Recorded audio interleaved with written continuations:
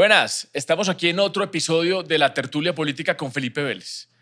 Hoy tenemos como invitado a José Obdulio Gaviria y lo invitamos a este guerrero de 1000 batallas para hablar de política, porque yo creo que hoy la política es gran parte de lo que está hablando la gente en la calle.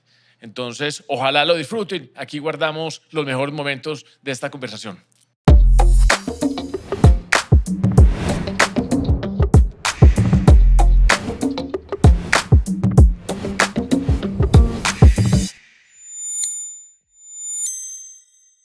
Pues entonces yo le hago una interpelación, doctor José Obdulio, con esa teoría, que la teoría de la que es ahora ministra de Medio Ambiente, en su momento ministra de Minas, que hay que decir que hay que decrecer la economía para favorecer el medio ambiente.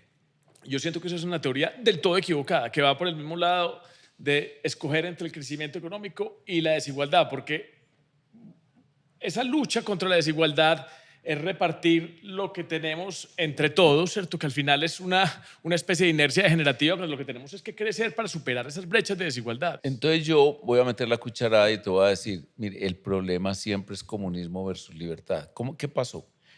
En el año 1991 se disuelve la Unión Soviética y comienza una escuela de pensadores, sobre todo franceses y españoles, inclusive tuvo expresiones en América Latina, en Venezuela, con este señor Jesse Chacón. Y es que como ya no hay clases sociales para que peleen, entonces la humanidad contra la naturaleza, como parte de la expresión de esa guerra. Y entonces se inventaron toda esa corriente.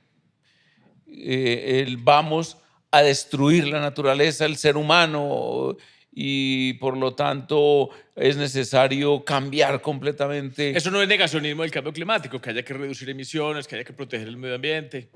¿Estamos de acuerdo? Para mí nunca es nada de negacionismo. Para mí todo es una cosa en discusión. Por ejemplo, ¿usted sabía que el Sahara fueron praderas absolutamente verdes, frondosas y llenas de agua? Ah, claro, era mar, ¿cierto? No, era verde. ¿Así? Movimientos de la Tierra respecto al Sol. Nunca el ser humano es capaz de hacer lo que hace la estratosfera. ¿Será aquí en la física o yo no sé? La naturaleza. No, porque eso no es la naturaleza propiamente. Estamos hablando de los planetas.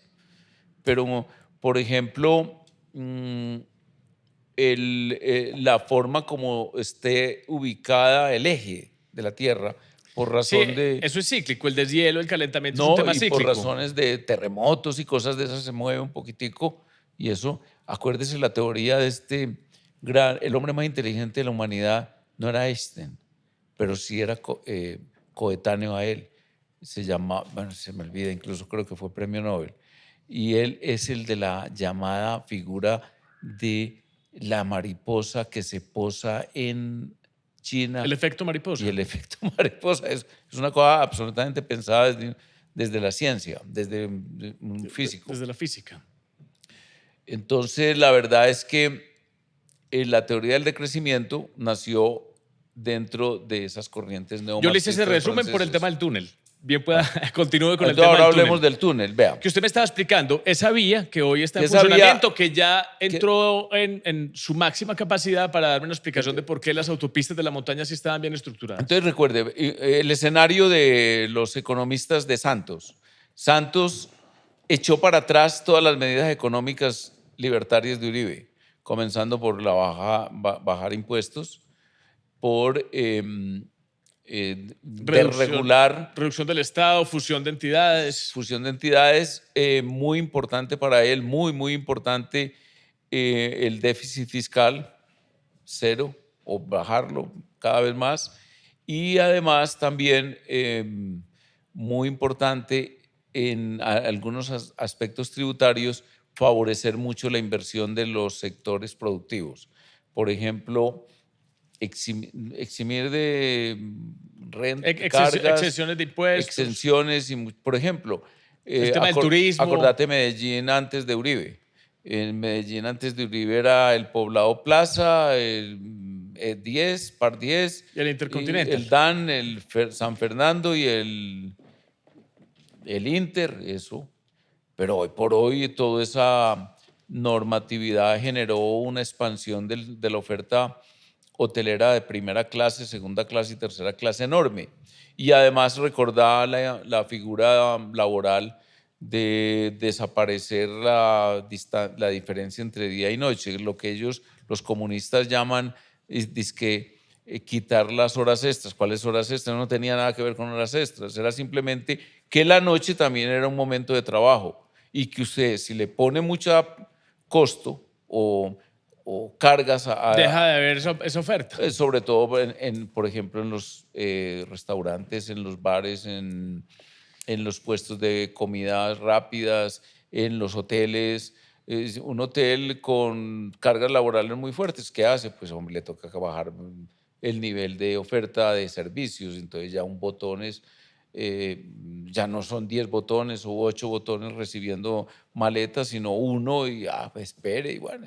O los vuelos nocturnos se vuelven muy costosos, o los transportes nocturnos muy costosos, o todo. Entonces todo eso lo modificó Uribe y Santos ahí mismo lo echó para atrás. Pero una de las mentiras de ellos fue que no estaban financiadas, porque la idea de Uribe suponía ser muy flexible en cuanto a los métodos. Por ejemplo, Colombia tiene un sistema de concesiones muy brutico. O sea, con el tema de años. 30 años no No sirve, da. no da. Y además, ¿cómo te parece? Un fondo como el de Noruega, que es el fondo Fondo soberano. más grande del mundo, pero no, comparado incluso con los privados, es el fondo más grande. Todo noruego nace y ya tiene $400.000 en el bolsillo. Y entonces, pues, plata de un fondo soberano, pero producto pues de una buena política de ahorros. Y entonces esos fondos no necesitan que les paguen rápido. Ellos necesitan sus rentabilidades a largo plazo. Hoy hay gente que pone plata a 90 años, por ejemplo en Reino Unido, etc. Y esos bancos de desarrollo, de la China, del Japón, De eso Sumitomo, estamos inclusive hablando. uno puede crear una confluencia de varias entidades multilaterales para financiar proyectos de Y los infraestructura. fondos nuestros aquí, que por ejemplo ahora Petro dice que esos fondos de ahorro y todo, de pensiones y lo demás, que no pueden invertir afuera. Bueno, entonces listo, quiébrenlos. Entonces, primero había que modificar toda esa estructura para que los inversionistas, en lugar de prestarle a las constructoras, a los concesionarios a 30 años, por ejemplo, les prestaran a 50 años. Y entonces usted amplíe el periodo de las concesiones en vez de frenarlas. Porque las concesiones no era para hacer obras pomposas y faraónicas. Las concesiones era para hacer una vía a Urabá. ¿Cómo le parece? O hacer un puerto en Urabá, o 2 puertos o 3 puertos. Es que alguien me preguntaba ahorita, doctor José Obdulio, yendo a ese tema, que qué opinaba yo de las concesiones aeroportuarias, que las concesiones estaban llenando de plata con eso. Le decía, hombre, Qué bueno. qué bueno que se llenen de plata porque es que el Estado no es para hacer negocios. Ojalá el Estado tuviera la visión de poder ampliar esas concesiones y exigirles una adecuación de infraestructura para que tengamos los aeropuertos que tienen, por ejemplo, en Turquía, que tienen esas posibilidades. Bueno, póngase a pensar usted esto. Se están llenando de plata las concesiones y esos concesionarios van a salir a gastarse esa plata en rumba y esa plata es toda para invertir, reinvertir. Obviamente, si esas concesiones están ganando plata, siguen invirtiendo en el país donde ganan plata. Aquí tiene que haber una revolución de infraestructura. Exactamente. Entonces, mire lo siguiente, para que vea la mentira de los santistas. Pararon hasta donde pudieron el túnel de Río Negro. Hasta donde pudieron. Yo me acuerdo a un gobernador de Antioquia diciendo, ¿ese hueco para qué? Y un gran amigo de él y ministro de Serpa diciendo que si se hacía ese túnel, se secaban yo no sé cuántas quebradas en Santa Elena. Y además, y eso todo el mundo aterrado, y cómo así que Santa Elena se va a volver un desierto, y bueno. Y entonces lo pararon 3 años más, fuera del tiempo que lo pararon los santistas. Todo esto es, mejor dicho, en el periodo de Santos. Y que además eso no era financiable. Y que ahí había no sé qué fallas en el cálculo actuarial y no sé, todo ese mundo de tonterías con el que para la gente, las señoras Vélez esas, el progreso, porque es que además es un hueco que va pernicioso contra la naturaleza. Bueno, ¿y cómo le parece que abren el túnel y el primer día llegó al nivel máximo Capacidad. de capacidad? No, al nivel, al tope, al que debía llegar como a los 3 años o 4 años el primer día.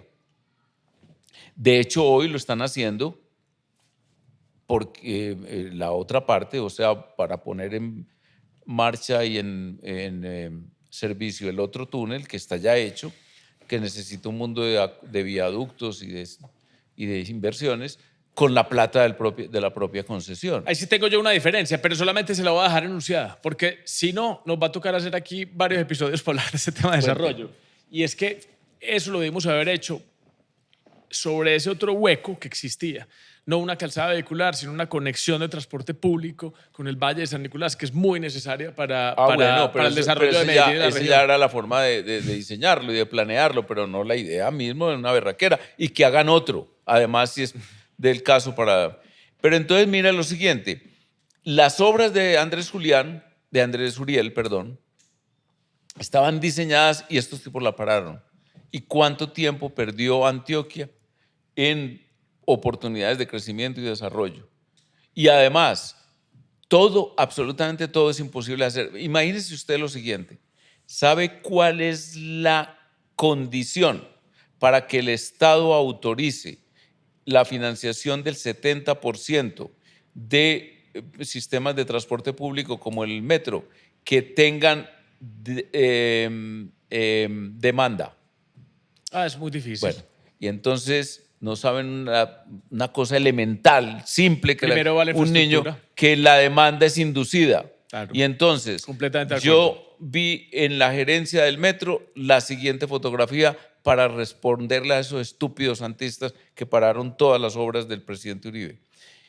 La fotografía de la estación Niquía en el momento en que se inauguró unas mangas. Eso se llama desarrollo orientado al transporte. Y hoy, y usted ha visto, por ejemplo, en la ciudad de Nueva York, que toda esa margen izquierda cercana al río Hudson eran una cantidad de bodegas y ahí la alcaldía de Bloomberg decidió hacer una estación donde no había absolutamente nada y hoy es el más grande desarrollo inmobiliario. Todo es un tema de desarrollo asociado al transporte público. Por ejemplo, ese odio de los santistas por el sistema de obras por impuestos. ¿Que cómo así que lo...? Bueno, y Petro ni qué decir. Que cómo así que los particulares haciendo obras para ganarse la plata, y lo que dijiste, para enriquecerse. Pues claro que enriquecerse no, tener la utilidad propia del capital, más el trabajo, más las ideas. Es que eso es un bypass, o sea, porque el Estado está para desarrollar. Si las empresas pueden desarrollar, y sobre todo con la eficiencia de la empresa privada, pues bienvenido sea. Bueno, y entonces, ¿qué problema? ¿Cómo le parece que en Colombia solo puede hacerse obras por año por 1.200.000.000.000 de pesos en obras por impuestos? Y le voy a contar lo siguiente, para que hagamos una revolución y le digamos a los candidatos presidenciales que vamos a aumentar al 10% mínimo del ingreso, por ejemplo, a 15 billones de pesos. Me voy yo con el presidente Duque sin saber para dónde diablos iba, de esas cosas que lo invitan a uno a montar en el helicóptero. Y me fui a la inauguración de una obra por impuestos en La Danta. ¿Vos sabés dónde queda La Danta? En Sonsón. Sonsón, pues pero Sonsón. Llegando hacia atrás de Sonsón. Exactamente. Hacia Doradal. Un colegio esplendoroso, gringo, bellísimo, altas los techos, totalmente aireado. No tenía aire acondicionado porque no necesitaba, bien pensado como la circulación de los vientos. Y lo hicieron las mineras a cementeras. ¿Sabe quién la hizo? Corona, o el dueño de la fábrica de cemento. De la fábrica de cemento. 10.000.000.000 de pesos. Y le faltó plata en el presupuesto y la puso él, la puso la empresa. Y el colegio, una maravilla. Pero no, los particulares, los empresarios, los malvados capitalistas. Lo que hay que hacer no es, digamos, darle fuego a ese debate entre empresarios y ciudadanos, sino darle la posibilidad a cada ciudadano de que pueda ser un empresario. Aquí en Antioquia hay una revolución hoy, unas ganas de hacer obras por impuestos enorme. Y se están uniendo empresas con el gobernador de Antioquia además, Y ojalá pues, tengamos gobierno el año entrante en el 26 para que eso se expanda y ese sea la mejor herramienta y el mejor sistema de crecimiento. Oiga, muy interesante esta conversación de desarrollo. Mejor dicho, queda en punta, sea pública o privada la conversación. Pero quiero preguntarle a usted por cuáles son las consecuencias entonces para Colombia de este gobierno, de este nefasto gobierno que estamos viendo del presidente Gustavo Petro. Poquitas. Las consecuencias pudieron haber sido catastróficas. O sea, la principal consecuencia para usted era una consecuencia del ataque a la democracia y a las libertades que nosotros siempre hemos conocido. Que en consecuencia el empobrecimiento absoluto de la sociedad. Mire, la Universidad Central de Venezuela dio la mitad del gabinete del presidente Chávez en el año 1999. Un mundo de comunistas, profesores, colegas de uno, pues yo he sido profesor, marxistas, llamados a los grandes ministerios, más unos militares, más los comunistas al uso, pues los de las guerrillas y toda esa gente. Y ese fervor y la universidad y el marxismo en su furor y vamos a redimir a las clases populares y lo demás. Pues ¿sabe en qué está hoy la biblioteca de la Universidad Central de Venezuela? Está en las casas de los profesores y no porque se hayan robado los libros, sino porque los salvaron de perecer, dado que los ladrones, es decir, o los comunistas o los que haya sido, se robaron la estantería de la biblioteca de la Universidad Central de Venezuela. La Universidad Central de Venezuela era Patrimonio Cultural de la Humanidad, de la UNESCO. Un campus bellísimo, grandísimo, época de la... ¿Edificios coloniales? No, No. Edificios modernos de la época del gobierno de Pérez Jiménez, década del 50, con una obra como de 1 kilómetro casi artística, que tenía además era funcional porque era techo de vías internas o de caminos para los pasillos. Estudiantes. Y todo eso está destruido, absolutamente destruido. Con eso les digo todo. Venezuela era la potencia del sistema de producción de energía eléctrica por la vía hidroeléctrica. Eso todo está acabado. Las carreteras de Venezuela eran un ejemplo para los colombianos. Eso hoy no existe, son unas vías que son trochas. Entonces hay que recuperarla. Colombia, si hubiese tenido la desgracia de haber perdido la democracia, un gobierno del socialismo desde el año 2002, como era la pretensión según los archivos Reyes, estaríamos viviendo lo mismo. Pero nosotros llegamos tarde, ellos llegaron tarde por obra y gracia de la política de Duque en cuanto a política, es decir, no confrontación con el socialismo del siglo XXI, no entregarle los instrumentos de generación de opinión favorable para las ideas de la libertad, cosa que hizo Piñera también, que son muy parecidos los dos gobiernos en Chile. O sea que para usted Duque tuvo algo de responsabilidad en la llegada de Petro. Total, es que la política es el ejercicio del poder, pero también de sostener el poder. Eso lo llama Maquiavelo la virtud, la palabra entre italiana y el latín. Es que yo resumo el gobierno de Duque en un gobierno que técnicamente hizo las cosas que tocaban, pero es que la política, el ejercicio de la política no es una gerencia técnica ni donde se llegue por meritocracia, porque se requiere defender ideas. Se requiere inspirar a la gente en conservar un camino que sea sostenible. Yo creo que en eso falló, ¿cierto? También en buscar un camino personal que lo diferenciara. Se sintió muy atacado en ese momento por todos estos movimientos sociales y quiso apaciguarlos y le dio, digamos, la espalda a la gente que lo había elegido y tampoco los otros lo iban a querer. Y yo creo que cayó en alguna manera de desgracia que le dio paso a la presidencia de Petro. Entonces, instituciones de la democracia liberal y capitalista, como por ejemplo la salud en Colombia, que es una verdadera maravilla, que era un activo de la arquitectura construido por más de 30 años. Desde el año 1993. Y además perfeccionándose con dificultades, sobre todo dificultades provenientes de las tutelas que hacían que se expandieran unos servicios impagables a costa del servicio. Y crisis también, digamos, de alguna manera por el tema de la integración vertical, o sea... La corrupción. Sí, problemas hay, ¿cierto? Pero no, era un sistema que se venía autoconstruyendo y perfeccionando y que era para demostrar. Para que tus televidentes sepan la calidad del sistema, les voy a contar lo siguiente. Hay un ranking de hospitales en América Latina. Eso creo que es lo hace anualmente una revista que se llama Economía América, una cosa así. Y en ese ranking, a partir de cierto momento, con la inversión que produjo privada, la existencia del sistema de la Ley 100, es decir, mucho dinero tomado primero de la contribución tuya y mía, los que somos contributivos, más el aporte estatal correspondiente a más o menos a un porcentaje. Entonces mucha gente invirtió y ocurrió lo siguiente. Río Grande, arriba, eche para abajo México hasta la Patagonia, 650 millones de habitantes. Colombia, 50 millones de habitantes. Y este pedacito de tierra de esos 650 millones de habitantes tiene, cuando se lee el ranking, se leía, yo creo que eso ya ha cambiado, de las mejores 10 hospitales de América Latina, desde México hasta la Patagonia, hasta Argentina, 5 de Colombia. 10, 5 de Colombia. Y que la gente no me venga con carreta, que estamos hablando del hospital Pablo Tobón Uribe en el caso de Medellín.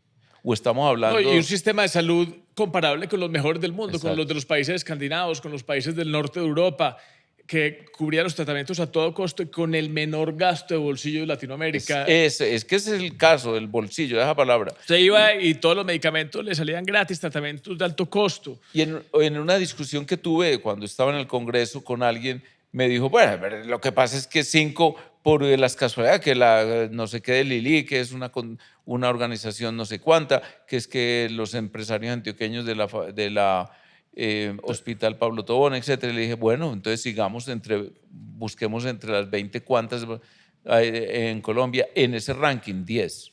Entre las 30, 15. Entre las 50, 25. Una cosa insólita. ¿Por qué? Porque era un sistema en donde la iniciativa privada Tenían su recompensa. era la que ofrecía el servicio y ya los sistemas de pago tenían elementos contributivos, los que aportábamos, Más de aporte privado. el Estado y la parte de negocios de empresas de seguros o empresas de Es que si la salud de alguna manera se ha mantenido en lo que ha corrido este gobierno es por el crecimiento de la salud privada, que la salud privada es un enorme gasto de bolsillo para los colombianos que la pueden pagar. La facturación de las empresas funerarias ha aumentado el 14%. Para que sepa, señor Petro. Con lo que usted tiró. Entonces, yo creo que los daños no son irreparables. Hay daños gravísimos. Fuerza pública, sentido de pertenencia y conciencia de la necesidad de combatir y de enfrentar el crimen. Los departamentos y municipios abandonados completamente están en una situación muy dura. El sector empresarial muy desestimulado. El sector educativo en una crisis terrible. Pero, bueno, las obras públicas, ni qué decir, la vivienda, la construcción de vivienda paralizada para los sectores pobres, todo ese sistema BIS y VIP, y además con la... Y una grave crisis fiscal. Sí. Pero yo soy también muy optimista. Yo siento que estos temas fiscales en el gobierno se renuevan cada año y sobre todo con la oportunidad y la esperanza de lo que significa un nuevo gobierno. Yo creo que eso también trae muchas oportunidades de inversión y de que llegue mucho dinero que nos haga posible volver a desarrollarnos, ¿cierto? O al menos al nivel de lo que estábamos. Sí, pero sobre todo si creas una institucionalidad Confiable. regulada y confiable, pues la inversión en Colombia inmediatamente fluye. Por otra parte, mire lo que va a ocurrir para el gobierno próximo, que sea un gobierno de la libertad versus el comunismo. La nación venezolana va a estar libre, con absoluta seguridad. Eso no hay, Deme, porque yo todos los días me levanto a ver la noticia, porque yo también siento que eso no son, mejor yo creo que esos son pasos tácticos que obedecen una estrategia muy bien planificada. ¿Usted qué calcula? ¿Qué día? ¿Qué mes? ¿Qué semana? ¿Un tema de largo plazo, mediano plazo? ¿Pronto? No, pues el mal camino andarlo pronto, pero la verdad es que si comenzó el problema en 1999, ¿qué problema es que se demore 1, 2 o 3 meses? Pero hay un personaje, hay dos personajes del mismo, son colegas tuyos que tienen, no es el sistema de podcast, sino programas en YouTube, que se están volviendo un fenómeno. Yo ya no volví a ver casi televisión de esa incidental. Yo ya veo todo en Sobre todo porque YouTube. YouTube lo controla usted. Exactamente. Y por temas. Se llama Castocando News. Yo lo conozco, a Castocando. Él es un periodista que huyó de Venezuela, se asentó en Miami, tiene unas relaciones extraordinarias con la CIA, con la DEA, con la Secretaría de Estado, con embajadores, con gobiernos, etcétera, etcétera, con la oposición venezolana. Entonces uno todos los días tiene un programa de 1 hora, hora y... Es el que hay que Bueno, revisar todos los entonces yo días. todos los días lo reviso. Yo le dedico todo el día y lo oigo. Le pongo 1.25 velocidad y eso como para lograr pues verlo. Y entonces me mantengo muy informado. Y hay otro que se llama Estrategias Militares, que ese te mantiene muy informado sobre todo el tema de Palestina, o sea, Israel más bien, y a veces de Venezuela, con una información extraordinaria. Yo creo que el Pentágono lo nutre de información. Y en el caso de Israel, lo creo que la Mossad y Mossad y el ejército de Israel se llama Fuerza de Defensa de Israel. Bueno, y volviendo otra vez al tema, entonces, para ese posible escenario de tener, posible no deseable, y que creo que lo vamos a lograr, vamos a tener un gobierno proclive a la libertad. ¿Cómo ve el escenario electoral para el 2026? Bueno, nosotros vamos a enfrentar, llega la izquierda a la segunda vuelta con absoluta seguridad, no me cabe la menor duda. Ahora les acaba de llegar una noticia terrible y es ese proyecto de resolución del Consejo Nacional Electoral del que ya te hablé, que les impide hacer la llamada consulta partidista de octubre, con la cual ellos estaban moviendo un dineral para dar una Un impresión golpe de de una opinión de gran... fortaleza. Sí, tenían preparado, te digo que una cosa impresionante, como que decir, somos imbatibles, octubre, mientras tanto nosotros todos quietos. Ya entonces el escenario va a ser marzo. La campaña comienza realmente en febrero. Finales de enero, febrero. Ya inscritos los candidatos al Congreso, los candidatos recorriendo el Pero hay un país. fenómeno previo. Un fenómeno previo es el de las alianzas de candidatos que de pronto no les va a dar con qué llegar. Hay 57 candidatos inscritos para recoger Sáquelos a firmas. todo, ahí no hay nada. Hay muchos que no van a llegar. Ahí van a llegar 4 o 5, Claudia López, Juan Daniel Oviedo, de pronto Mauricio Cárdenas, Vicky Dávila. Esas candidaturas se van a fortalecer. ¿Usted qué cree? ¿Qué alianzas van a ocurrir y cuáles, cuáles alianzas son inevitables y cuáles... No, son naturales y de ahí cualquiera además es artificiosa, como por ejemplo esa de los gobernadores y otras que de los partidos. Eso es artificioso, eso de tan bueno no canta como los gallos. En la política, como te digo, el escenario es de enemistad, de enemigos, confrontación. Y la confrontación natural desde siempre, inclusive se pone uno a leer cómo era la política del Renacimiento y de los tiempos previos a la revolución, a la gran revolución norteamericana y a la gran revolución francesa, y es izquierda y derecha, siempre. Eso no se sale de ahí. Cuando hablamos de izquierda, en el caso, el marxismo pervirtió mucho el concepto porque en 1848 la publicación del Manifiesto Comunista nos puso a los políticos en plan no de enemigos respetuosos del otro y de las libertades y de los derechos de los demás, sino en plan de suprimirlos, matarlos. Acuérdese que la esencia del Manifiesto Comunista es la violencia, es la partera de la historia. Y luego tuvo una evolución. Del poder nace del fusil, Mao Zedong. Entonces, estamos hablando desde la confrontación política de izquierda y derecha, tiene matizaciones o matices en lo que llaman el centro derecha o centro izquierda. Y entonces, en los escenarios más nutridos de fuerzas, usted ve 4. Por ejemplo, no sé si seguís las elecciones de Chile.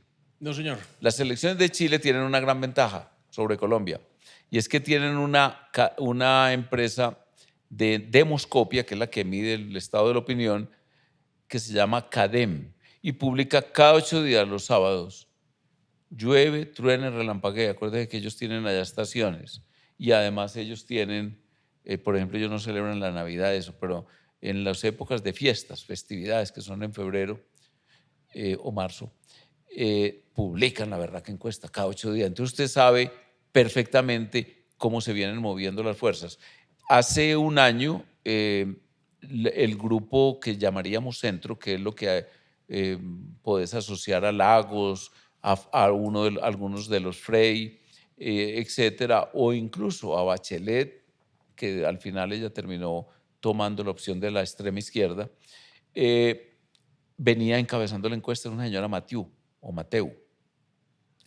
Y hace un mes comenzó la derecha ya a afinar con Katz. Y luego hubo una consulta interna de la extrema izquierda, y digo extrema izquierda porque es el partido que hoy gobierna, que es el de Boric, con un señor Johnson, gente bastante discutible su respetabilidad política, muy violentos en las llamadas estallidos social, etc. Y entonces gana la nominación una señora Jara, comunista. Y entonces ya se aclaró el panorama. La Jara inmediatamente subió. Estaba Katz encabezando ya. Entonces, al llegar a ese escenario confrontacionista, desaparece el centro. Y el centro bajó. Mateu está en 18. Pero yo le voy a poner un ejemplo. Qué pena. Ahorita, si no ha terminado de explicar lo de Chile, me lo complementa. Pero, por ejemplo, yo pienso y le pongo un ejemplo: Enrique Peñalosa. Enrique Peñalosa es un hacedor. Uno puede estar de acuerdo o no con temas técnicos. Yo, por ejemplo, pienso que el metro posible tendría que ser elevado, pero que el metro ideal debió haber sido subterráneo, que Bogotá hubiera podido avanzar en un metro hace muchísimo tiempo con lo que ha costado el OPEX del Transmilenio, pero son diferencias técnicas, pero el tipo es un hacedor y saca adelante lo que tiene que hacer, es un tipo que cree en el desarrollo. Ha tomado decisiones como la expropiación del Country Club para darle espacio público a los bogotanos, que la gente podría decir es una medida de izquierda, ese tipo es de izquierda. Fue un tipo que decidió que se acababa el Bronx y decidió devolverle la seguridad a todos los habitantes de ese sector, ¿cierto? Entonces la gente decía es una medida de derecha. Yo creo que, y yo digamos me identifico de alguna manera con las soluciones de los problemas reales de la gente sin que obedezcan a un sector ideológico. Eso está entonces condenado, según usted, a desaparecer por esa confrontación. Según yo no. No, según según la historia. Según su teoría, está llamado a desaparecer por esa confrontación siempre entre esos dos enemigos ideológicos. O sea, el señor Peñalosa es víctima de su propio invento. No se ubica. Pero porque es que la izquierda y la derecha no solucionan los problemas de la gente. No, es que uno es el que dirige. La izquierda destruye a la gente y la derecha soluciona los problemas de la gente. Pero le tengo otro ejemplo. ¿Cuál es la esencia de la solución? El crecimiento. Le tengo otro ejemplo, Álvaro Uribe Vélez. Sí. Dígame, yo sé que la palabra progresista le va a molestar. Dígame, un gobierno más liberal que el de Álvaro Uribe Vélez. Dígame, propuestas más liberales liberal que el tema. En el sentido de derecha, en el sentido de resolver las soluciones, de darle soluciones a la gente. En el tema de la salud, de las pensiones, de familias en acción. ¿Cuál es el momento más esplendoroso de la economía del Reino Unido? Thatcher. Así. ¿Y cuál es la peor? Todas esas locuras de los laboristas. ¿Cuál es el momento más esplendoroso de los países latinoamericanos, los gobiernos de la libertad? Por ejemplo, nosotros, según hay información estadística y comprobable, tuvimos el país más rico del mundo en el siglo XIX y comenzando el XX, que era Argentina, el de mayor ingreso per cápita, y era pura libertad económica o derecha. Y de ahí en adelante, en el XX, comienza toda esa locura izquierdista. La revolución bolchevique permea toda la política mundial, la llena de keynesianismo. Keynes es el artífice de todos los males y daños de la humanidad. Vamos a Keynes. Dígame, alguien más proteccionista y más keynesiano que Donald Trump, que defiende también las libertades de alguna manera, ¿cierto? Y que, ha estado, y que se ha puesto a ese wokeismo No, yo creo que te estás refiriendo ante todo a los aranceles, sí, señor, ¿cierto? Sí. Que es una violación de elemental del sentido común. Y por lo tanto eso terminarán corrigiéndolo, pero la verdad es un es instrumento de negociación geopolítica. Sí. Geopolítico. Lo utiliza. Y además, obviamente, hay, por ejemplo, Milei, que es un hombre muy inteligente, que puede llegar a ser premio Nobel de Economía, indudablemente. Es un hombre que tiene 25 textos, de los cuales 6 fueron fueron bestseller. Él no ha retirado las políticas de beneficio a las comunidades en Argentina, por ejemplo, en tema alimentación, porque es que de lo contrario, pues usted entra a pelear. Entonces, ahí volvemos al presidente Uribe. El presidente Uribe fortaleció mucho esos subsidios monetarios temporales mientras la economía mejoraba. Lo que pasa es que se vuelven permanentes y ese es el problema. Eso era una estrategia militar. El subsidio más costoso del gobierno de Uribe iba contra las FARC, que era la de Familias Guardabosques. Familias Guardabosques. Y los Familias en Acción. Y Familias en Acción y jóvenes. Pero Familias en Acción no era una política de choque para que la gente tuviera un ingreso mientras la economía iba para arriba y se volvió permanente, digamos. No, exacto, eso no puede ser permanente. Pero entonces, ¿cuál es esa verdadera porque Santos cree que esa es la vida. Y luego Duque igual y luego y este señor igual. Pero la verdad es que usted no puede crear subsidios permanentes para gente viejísima y discapacitada que ya no tiene solución, obvio. Pero usted a los niños, a los jóvenes los tiene que enseñar a trabajar. Y yo creo que hacer política a punta de subsidios no solamente no funciona en términos económicos, sino nunca ha sido rentable políticamente. No, y además, ¿cómo le parece esto? Eso es una manera de esclavizar a la gente. Y de condenarla perpetuamente a la pobreza. El amigo político mío, y entonces que yo dependo de él. ¿Y cómo le parece la gran mentira disque laboral, esas órdenes de trabajo del Estado? ¿Sabe cuántos me dicen? Yo no sé de dónde sacaron la cifra, pero me garantizan que el señor Petro ha creado 600.000 órdenes de trabajo, que son contratos falsos. Pero a mí la cifra que me dijeron fue que rondaba el millón, no, más de 900.000, y que nos habían costado 51 billones de pesos solamente el año pasado. Si será tanto,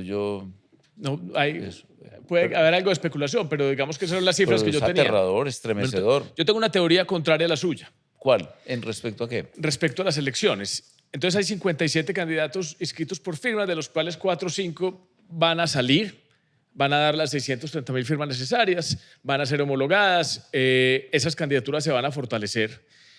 En diciembre, después de noviembre, van a empezar a aparecer las encuestas, unas encuestas fortalecidas, ¿cierto? Donde ya no va a poder, cualquier encuestadora de garaje no va a poder estar, sino que ya es con microdata, con respaldo, encuestadoras grandes, con muchísimas más encuestados como línea de base.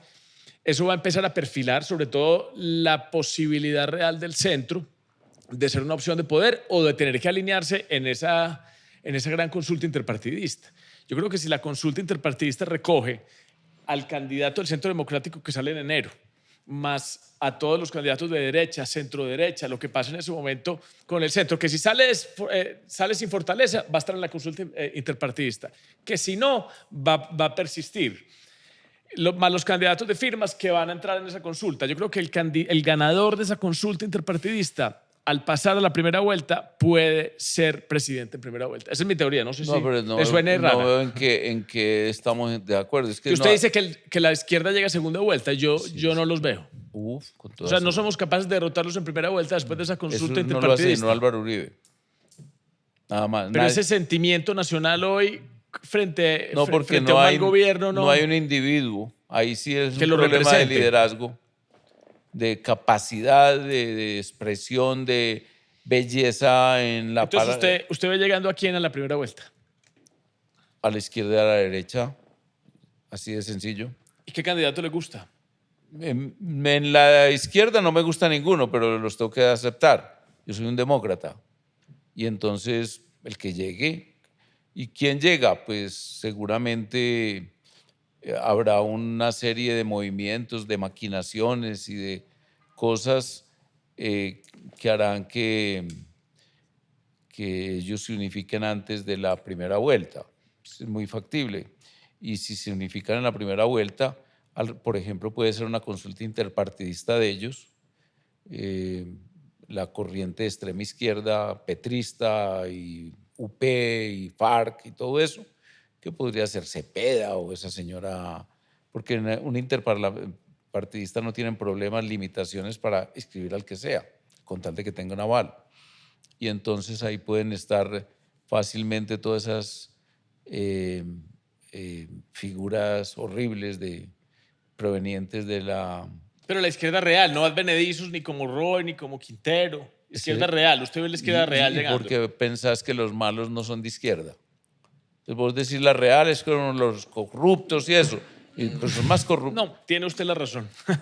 más corrupto de todos es el régimen venezolano. ¿Cómo le va el régimen cubano? Lo que se ha sabido de cómo manejan todo. No, tiene usted la razón. Digo yo izquierda de base o O izquierda sea, que la izquierda advenediza, con formación marxista. digamos. Sí. ¿Usted los ve más así? No, todos ellos van a Cualquiera jugar. puede tener oportunidad. Sí. Y van a representar el pensamiento petrosantista. Intervencionismo estatal, déficit fiscal enorme, emisión monetaria, si ojalá puedan cambiar la constitución según ellos, nada de sector privado tomando la iniciativa, puros regalos. Acuérdese, renta, ¿cómo es que se llama esa renta? Renta no sé qué ya. Vitalicia. Renta vitalicia ya. Eso es una... Todo ese mundo locura. Controles por dizque el calentamiento global, cerrar completamente la inversión en la minería, acabar con los hidrocarburos, acabar con la Esa es- explotación gasífera. Ahora que usted menciona eso es una conversación Esa es pendiente que izquierda. tenemos de desarrollo y es lo importante que es explotar la minería, una minería controlada, responsable con el medio ambiente, minería, petróleo, para que Colombia también pueda tener un fondo soberano. Tenemos También. cantidades ingentes de oro, de cobre, Bueno, que sería muy importante para el desarrollo de Colombia. Y toda esa gente está de acuerdo. Pues, yo me acuerdo de esa gente votando el pacto de Escazú, unificados y felices, porque va a haber entonces una especie de justicia universal contra cualquiera que abra por ahí una cantera en cualquier Vea el parte. crecimiento de la minería ilegal, que no solamente hace que haya mayor explotación desordenada afectando el medio ambiente, sino que fuera de su financia los grupos ilegales que matan a la población Bueno, colombiana. ¿y cómo le parece si es de izquierda o no el tratamiento de los temas de la ilegalidad? Y, por ejemplo, la izquierda no es la permisiva, la izquierda hace esos cantos bellísimos en contra de la cadena perpetua. Ay, ¿se acuerda que había una señora Gilma? Sí. Y entonces Gilma la pobre Jiménez. Gilma, que era medio de izquierda, que ahí la matan porque propuso la cadena perpetua y nosotros la apoyábamos, claro. Y cárceles, ¿cómo cárceles? No, lo que necesitamos es comida y no cárceles, necesitamos escuela y no cárceles, no, necesitamos es cárceles. Cárceles de 40.000 personas y muchas, no una, porque es que En para parte- meter a toda la patulea de personajes que defienden a las FARC. En parte estoy de acuerdo con usted, porque es que la justicia es un principio fundamental de nuestra sociedad y no puede haber justicia si la ley no tiene consecuencias, ¿cierto? Exacto. Doctor José Obdulio, usted me está haciendo una especie como de proyecciones, pero yo le pregunto a usted quién le gusta. ¿Quién le gusta? Bueno. ¿Qué candidato le gusta a usted? Entonces, primero, siempre piensa en bloques, no personas. Siempre piensa en bloques. Lo que pasa es que nosotros tenemos una deformación, es que acabamos con los partidos políticos en el año 1991. No crea la gente que el Partido Conservador y Liberal, los partidos conservadores y liberales se disolvieron por casualidad, se disolvieron por la Constitución de 1991, que creó unas condiciones de acción política que prácticamente hacen imposible que funcionen los partidos. Hoy tenemos más de 40 partidos políticos con personería jurídica. Eso es inviable. Eso no puede existir. En el gobierno del presidente Uribe había 75 con una medida de levantar el umbral al 3%, bajamos como a 7 y ya por obra y gracia de la Corte Constitucional y del Consejo Nacional Electoral estamos otra vez en 40 y pico. Muy bien, entonces los bloques. En el bloque de izquierda, el que sea, y lo vamos a ganar. En el bloque de la derecha, yo veo partidos políticos. El único partido político de la derecha que ha sido de oposición al petrismo y que tiene una verdadera formación respecto al socialismo del siglo XXI es el Centro Democrático. Y es unánimemente confrontacional con el petrismo. Lo digo porque el Cambio Radical, no estoy ni regañándolos, ni los estoy insultando, tiene 2 petristas en el Senado de la República. El Partido Conservador tiene 3 petristas en el Senado de la República. El Partido Liberal tiene como 4 petristas en el Senado de la República, lamentablemente. Entonces, ese bloque, que no, por lo tanto no necesariamente es de todos los partidos, por esta división que te digo, se tiene que organizar para ir a confrontarse en marzo concurrente con las elecciones de Senado y Cámara. En el Partido Conservador ya decidieron que van a tener candidato y puede ser el expresidente del Senado, Cepeda. Ya se lanzó por parte de los representantes de la Cámara una representante de la Cámara, Juana, no sé si viste De Caldas, Juana de Carolina. Caldas, Juana Carolina, una video de lanzamiento de su candidatura. Y hay algunos que consideran que el nombre del ex Contralor Nacional, Contralor de la República, Felipe Córdoba, también podría ser nominado por ese partido. Y muchos sectores, me lo han dicho privada y hasta públicamente, consideran viable o consideran conveniente para lograr ser partido de gobierno en un momento determinado, Pinzón, Partido Conservador. El partido de la U, muy dividido, como te digo, entre petristas y antipetristas, tiene una corriente antipetrista, una corriente que se declara una renovación del uribismo y que quisiera también participar ahí. No sé cómo lo irán a manejar, porque en los estatutos del partido de la U dice que solo se puede hacer coaliciones con quienes sean amigos del acuerdo de paz. Dice así los estatutos. Y nosotros, por ejemplo, en ese caso, pues no seríamos bien recibidos por ellos para una alianza, pero no hay ningún problema. El partido Cambio Radical tiene la posibilidad de que el doctor Vargas vaya, concurra a esa, y entiendo que esto, dijéramos, ve con buenos ojos esa coalición. No sé si los procedimientos... Una pregunta, ¿y por qué Germán Vargas Lleras no es petrosantista si fue vicepresidente del presidente Santos? Ay, ¿eso qué problema hay? Uno no se mueve en política, uno cambia. O sea, hoy está del lado de la libertad. Y duro, y muy duro. Pero en su momento no lo estuvo. Ah, sí. No, la vida es muy cambiante y ondulante, y sobre todo con las experiencias. Hoy desilusionados de toda la locura comunista en América Latina, si quiere le hago repaso. Y, por ejemplo, le voy a decir uno de los líderes castristas más interesantes y más fuertes de América Latina fue en determinado momento un señor que se llamaba Mario Vargas Llosa. Y no es sino que repase la obra, y es el maestro de la libertad en América Latina. Porque Vargas Llosa, además de un gran narrador, es un gran pensador. Hasta el final de su vida defendió la libertad. O mi amigo Plinio, mi amigo, compañero además de militancia, porque él militaba en el partido, lo que pasa es que él está ya muy retirado, pero Plinio fue un compañero, no de viaje, compañero de luchas de Castro y del maestro, que ese sí nunca se retiró del marxismo o del comunismo, García Márquez, etcétera. Hay un libro interesantísimo que te lo recomiendo. Se llama Diálogo de Conversos. ¿Cómo te parece que 2 intelectuales del mayor nivel en Chile militaron, uno en el Partido Comunista y otro en el MIR, que era peor, porque esos eran violentos?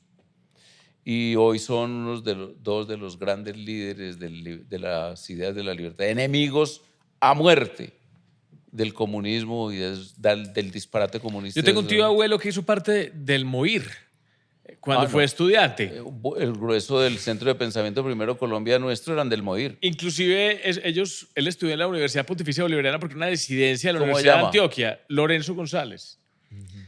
Y él me dice que ese tránsito hacia la defensa de las libertades es un proceso de madurez. De maduración. Claro, obviamente. Y es un proceso intelectual.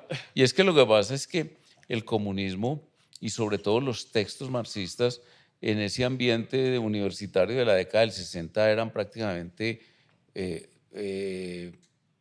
yo creo que eran hegemónicos y grandes figuras del pensamiento político en Colombia. Estanislao Zuleta era militante del Y marxismo. apelaban mucho al idealismo y no habían sido probados en gobierno, que yo creo que eso sí ha sido extensivamente probado en los últimos años y ya sabemos que por ahí no funciona. Bueno, le falta Centro Democrático. Bueno, el Centro Democrático, que tiene 5 precandidatos, entonces de ahí saldrá uno también, De los de firmas, Abelardo, Vicky, pero es decisión de ellos. Salvación Si van Nacional. o no van. Salvación Nacional ya tiene candidato, Abelardo, que es sí. Abelardo. Y entonces de ahí saldría, si eso se da, o en todo caso la gran coalición va a tener un candidato que inmediatamente se pone por encima en las encuestas, que lo hicimos nosotros. Además pensado como un plan político. Entonces, en ese, el momento, 18. en ese momento se diluye el centro. Entonces, para usted el mejor consejo que le daría al Pues le centro. voy a contar esto. Año 2017, encabezó las encuestas, repáselas y verá que no le estoy diciendo mentiras. Todo el año, hasta marzo del 18, el señor Fajardo.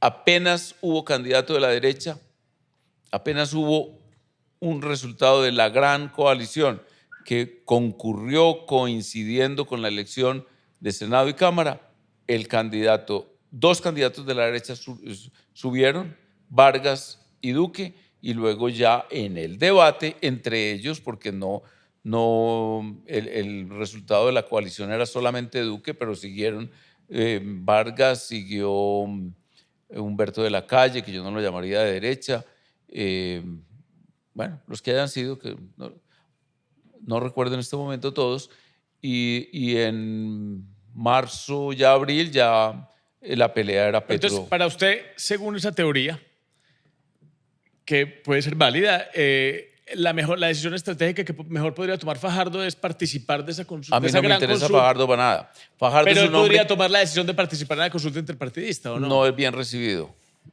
Es que Fajardo es la izquierda.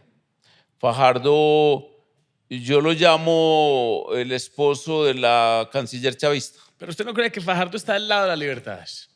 Ahí es que izquierda con respeto de libertades la hay. Yo no estoy diciendo que el factor libertad sea la esencia de la enemistad. Pero ahí ya no estamos en ese caso de libertad versus comunismo. No, porque lo que pasa es que el intervencionismo estatal es lo que define realmente hoy al marxismo o al socialismo o al comunismo respecto a la libertad. Y Fajardo no se junta con nosotros.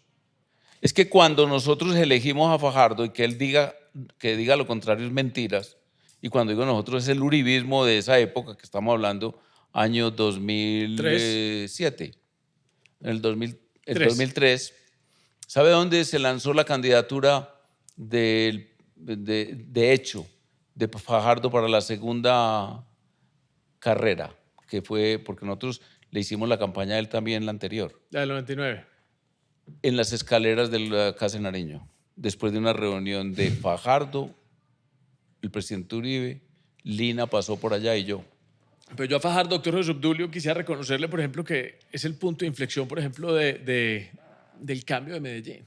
Y por eso me gusta tanto apelar a las soluciones, a los problemas, y no tanto a las ideologías. Pero es que la buena experiencia de un alcalde no lo hace presidente, lo que lo hace es el gran alcalde, el buen administrador, el buen economista, el buen director de las Fuerzas Armadas, el buen constitucionalista, etcétera, etcétera, pertenece y se ubica en un bloque de pensamiento.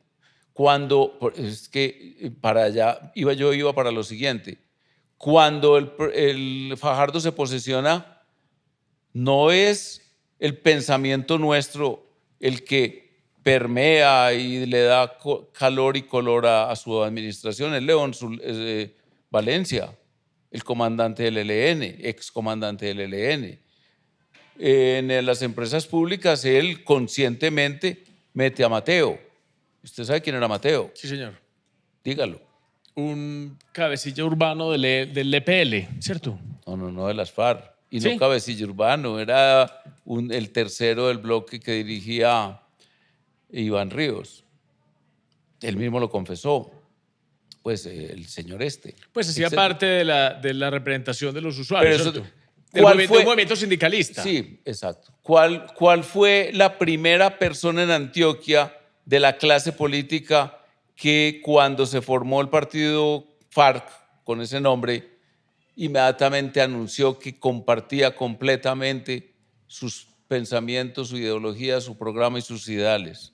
La señora González, que era la directora creo que el Instituto Del Museo de la Memoria. no, del Museo de la Memoria luego, pero ella fue secretaria de gabinete de Fajardo. Bueno, me falta O sea, Fajardo va a ser un animador de la campaña, como siempre. Y en marzo, abril, mayo, o sea, a principio de mayo, Fajardo no existe. No, a mí me gusta mucho esta conversación con alta dosis de pragmatismo. Usted es un conocedor de la política, guerrero de 1000 batallas. Esto es muy importante, sino que vuelvo a lo que le contaba de Peñalosa, ¿cierto? En estos temas, sobre todo, que me inquieta. Vea, Peñalosa pudo haber sido el líder de la derecha colombiana. Pudo haber sido. Y que no niegue él ni Uribe lo que voy a contar. En el año 2002, elegido el presidente Uribe captó que lo de Peñalosa era muy bueno y él lo podía absorber, conducir como política nacional y convertirlo en una línea de acción para la política, para el liderazgo político. Y entonces reclutó para su gabinete 5 figuras importantísimas. ¿Cuál mejor? Del gabinete de Peñalosa, Sí, todas señor. estas señoras. Sí, señor. Buenísimas. María Consuelo Araujo, la Cecilia Vélez, que fue ministra La de mejor Educación de todas, durante se le los está olvidando. 8 años. Carolina Barco. Esa. Hoyos, que era muy bueno, que había sido gobernador de Caldas, Luis Alfonso Hoyos, Luis que Alfonso fue sala Hoyos, anticorrupción. ¿Cuál falta? Diego Molano. Diego muchos, eran muchos. No, Peñalosa es un tipo que sabe Bueno, rodear. oigan, Pero bueno, pues. le digo, pero entonces a mí me inquietan mucho esas soluciones a los problemas reales de la gente y reducirlo a un pero tema óigame. ideológico. Y no quiero no validar su tesis, es una tesis válida, pero me cuesta. No, lo que pasa es que entonces usted comienza a ver con reparos, con rabiecitas, con hipocresía, con envidias al gran dirigente de la derecha o de la libertad que es Uribe, y en lugar de ponérsele a la pata, aprenderle a él, porque es que Peñalosa tenía, como Uribe sí le aprendió a Peñalosa, y él porque no fue capaz de aprenderle a Uribe, en cuanto a la dedicación de la política, la forma de expresarse, la forma de saludar, la forma de querer, de abrazar a la gente, de entender sus problemas, sino verla por allá desde la altura, porque él mide 2 metros, hablar con él uno que mide unos 60. Pero voy a ir que se lo está acabando otra vez el tiempo. Sí. Voy a ir a su partido, el Centro Democrático. ¿Usted quién ve de candidato del Centro Democrático? Yo lamento mucho decir que el Foro de Sao Paulo, los comunistas, se propusieron acabar con el Centro Democrático. Primero, meter a la cárcel a Uribe y segundo, matar al candidato. Nuestro candidato fue asesinado. Bueno, usted estuvo con Miguel. Obviamente. Usted apoyó a Miguel. ¿Cuál es el mejor homenaje? Y yo creo que esta es una pregunta muy sentida. Yo conocí a Miguel, estuvo casi que en nuestros primeros podcasts con los candidatos a la presidencia de la República. ¿Cuál es el mejor homenaje que le podemos hacer a Miguel Uribe Turbay como colombianos? Hacer un programa de gobierno que se llame MUT, Miguel Uribe Turbay. Ese es el homenaje que le vamos a hacer. Y que el plan de desarrollo, el primer plan de desarrollo se llame así. Y que el primer plan de desarrollo incorpore un documento que era un salto es un salto cuántico en la política colombiana. Que hacía parte del programa de gobierno de Miguel. Sí.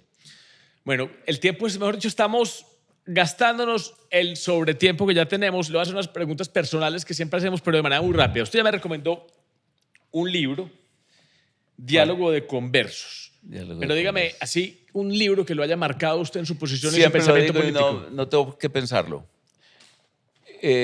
Autobiografía y otros ensayos de Franklin. Es una obra cumbre. Benjamin Franklin. Bueno, una canción que lo acompaña, lo inspire o lo represente, que sea su canción. Yo soy muy mamerto en gustos musicales. Esa parte no la puedo cambiar. No la quiero cambiar además. Y entonces me gusta todo lo de, sobre todo Pablo Milanés, todo. Pero por ejemplo, Yolanda no sé, me estremece la belleza de esa canción. Bueno, obviamente ahora con Karol G, viéndola cantar con Andrea Bocelli, también me quito el sombrero y digo, esa señora tiene una voz extraordinaria. Bueno, y la última, doctor José Obdulio, sobre todo apelando a ese olfato que usted tiene. ¿Qué consejo?